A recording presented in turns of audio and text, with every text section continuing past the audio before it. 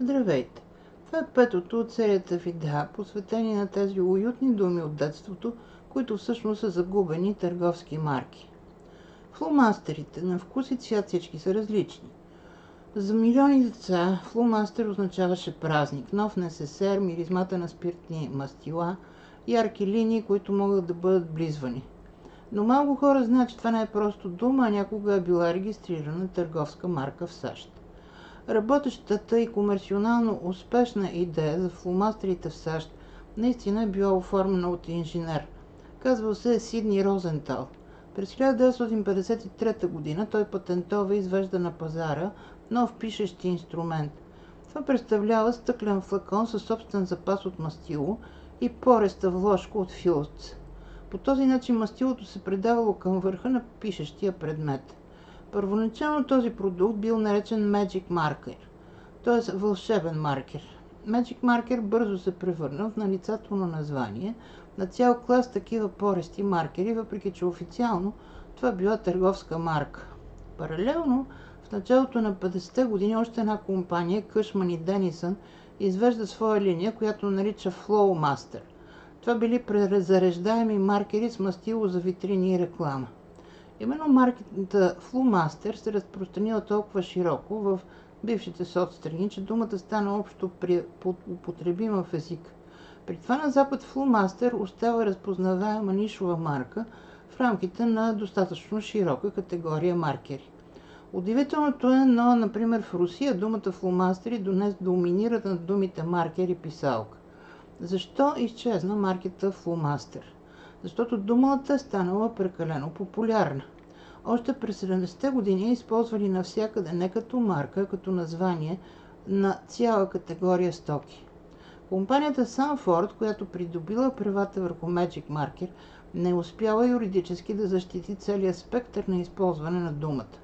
А в България, както при пластилина, разбира се, никой не мислил, че нещо трябва да бъде защитавано юридически. В магазините можело да се купи фломастер, дори българско производство.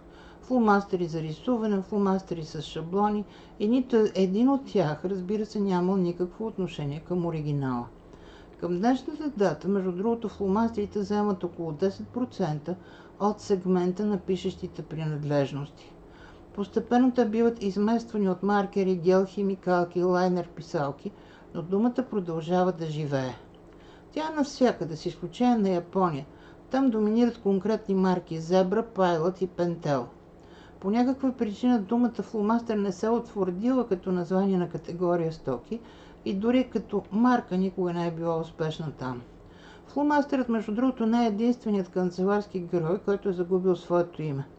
Следващият мини-сюжет е за средство, което първо е спасявало животи, а след това се е разтворило сред аптечните рафтове като обикновена вещ. И думата е абсолютно неочаквана. Едва ли очаквате, че това някога е била търговска марка? Лейкопласт и защо се отдели от името? Днес във всяка аптечка задължително има лейкопласт, поне така го наричат в бившите соцстрани. Той винаги бил по рафтовете, в опаковките, в детските ни спомени. Дори самото му звучение е някак толкова сложно, че никога не би ви хрумнало, че всъщност това е било търговска марка. Твърде дълга дума е, но всъщност лейкопластът не е просто дума. Това е регистрирана търговска марка, измислена от компанията Байерсдорф преди повече от 100 години. Историята му започнала с това, че компанията създава люкопласт. Това бил стерилен медицински пластир на текстилна основа. Името се състои от две думи – бял и думата пласт – материал.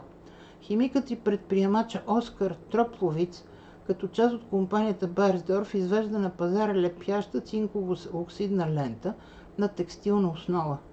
За онова време това било достатъчно хитро измислено козметично средство, по-скоро лечебно козметично средство, а по-точно професионален медицински продукт.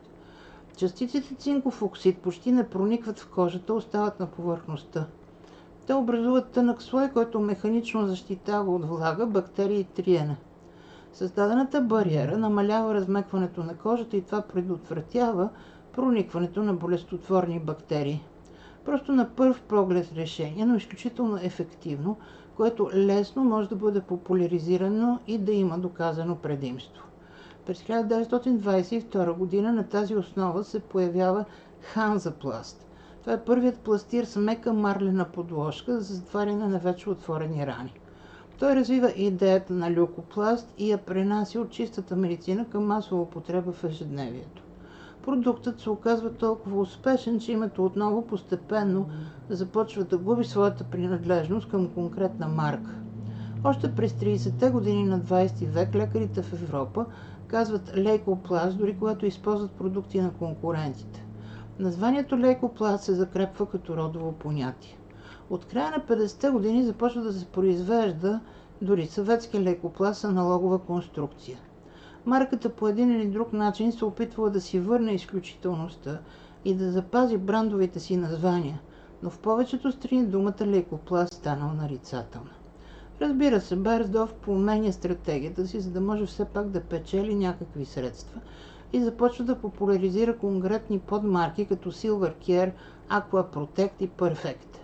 Интересно е, че в САЩ лидер става съвсем друга марка, наречена Band-Aid, принадлежаща на компанията Johnson & Johnson. И ще се засмеете, тя също става жертва на собствената си популярност. През 70-те години съдилищата неведнъж признават думата за родово понятие. Иронията на съдбата е следната. Марката, която десетилетия наред спасявала живота и затваряла рани, сама остава без защита. И това не е уникален случай. Много подобна съдба очаква още един наш герой. Герой, който е извървял дълъг път от експеримента и екстремната разработка до предмет, който е невъзможно да си представим извън пикник в гората. И така, скъпи мои приятели, на мой YouTube канал Дневниците на професор Кръстева аз правя съдържание за маркетинг и бизнес всеки ден. Ако то ви допада, моля, абонирайте се за канала. От сърце ви желая прекрасен ден!